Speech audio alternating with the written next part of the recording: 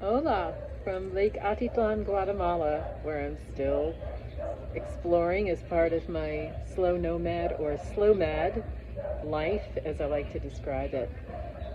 Today, I want to talk about one of the 7 stages of the heroine's journey, which is the dark forest. Some might call it the dark night of the soul, but I like the dark forest because you could find yourself in the dark forest unexpectedly. And I found that recently, right over the Christmas holiday. Uh, it wasn't that unexpected because I've often found other years that no matter how happy I am at other times of the year and hopeful and motivated, a cloud settles over me right around Christmas. And it does usually lift a few days after Christmas, and that is exactly what happened this year. And yet every year I feel somewhat frustrated. I feel some of that cloudedness of being in that obscured forest where you just can't see what's next. Just too many trees and just too dark. Can't really see the path, can't really see the light of day very well. So that happened to me, but what did I do? How did I get through it?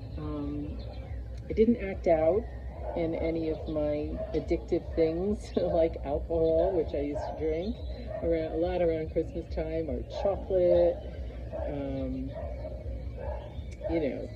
acting out with sex or men or shopping. I didn't do any of those things, and I have other things besides those, but coffee, big one I used to use to lift my spirits, didn't do that.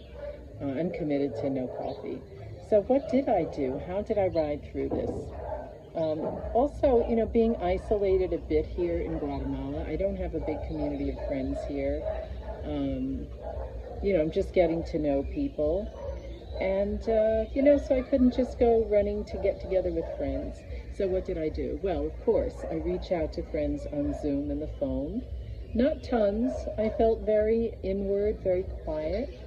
And it wasn't just about doing, it was about my viewpoint. My viewpoint was to be in acceptance around where I was at, to accept that I wanted to cocoon, that I wanted to be quiet, to accept that I just wanted to feel a little bit sad and a little bit, quote, lazy for a few days, not working on my business. Acceptance. And along with acceptance, gentleness. I have learned that at times like this, there's so much power in gentleness and not pushing myself to try to override what's happening to me. Now, in the dark forest, sometimes you have to tread a little bit more slowly because you can't quite see the path. Maybe you feel very tired and you need to rest more. I did. I rested. I looked forward to going to bed and snuggling under my handmade wool blanket in my cozy cabin. Um, so acceptance, gentleness, and for me, practices. Practices are like the benchmark for me of getting through some difficult times or low times. Sometimes when I'm, in a really highly creative place, I might shorten some of my practices, maybe put them a little bit on the back burner. Like the week that I did the retreat, I was very busy with wonderful things with my women, and I didn't do all of my practices to the same degree that I normally might, such as writing, um, doing my own yoga, things like that. So that's what I did. I did my daily journaling every single day without fail in the morning. I journal a fear inventory on day 1. I journal a grateful inventory on day 2 and a desires inventory on day 3 for at least 10 minutes.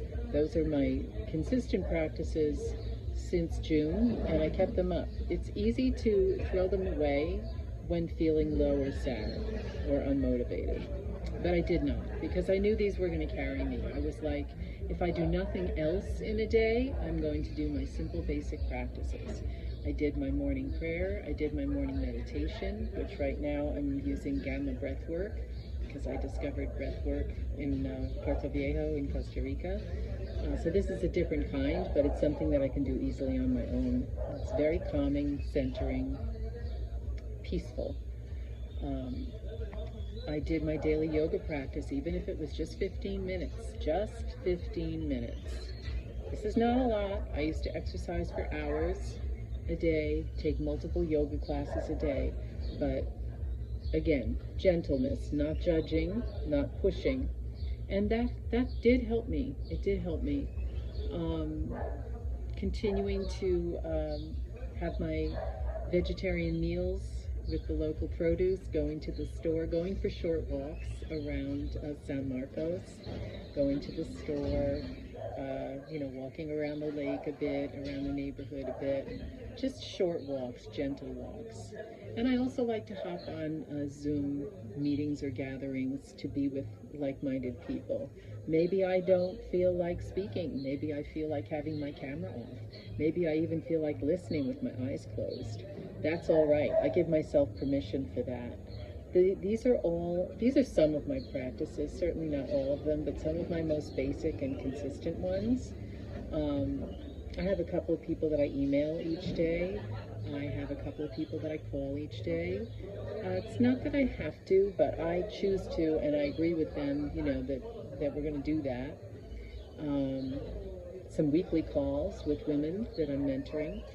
And those are like benchmarks or cornerstones, signposts to just keep me going forward. And then what happens is, after a period of days, sometimes it almost goes on for weeks to some degree, but in this case, this Christmas one, and I don't even celebrate Christmas. I'm not Christian, but it's still a thing. It's lifting now. Today is the 30th, and it's lifting, and it has for a couple of days. Now, what is that lifting like? It's like getting a new ambition and getting new ideas and getting new motivation and getting something new that I'm going to create. And that emerges when I just allow myself to cocoon, go inward, and slow down and be quiet. Something new will emerge. So I'll share on another YouTube video what's emerging for me. It's kind of exciting. So let me know, how do you look at the dark forest? How do you experience it? What viewpoints or practices or things help you through it? I would love to hear. Talk to you soon. Ciao, Bellas.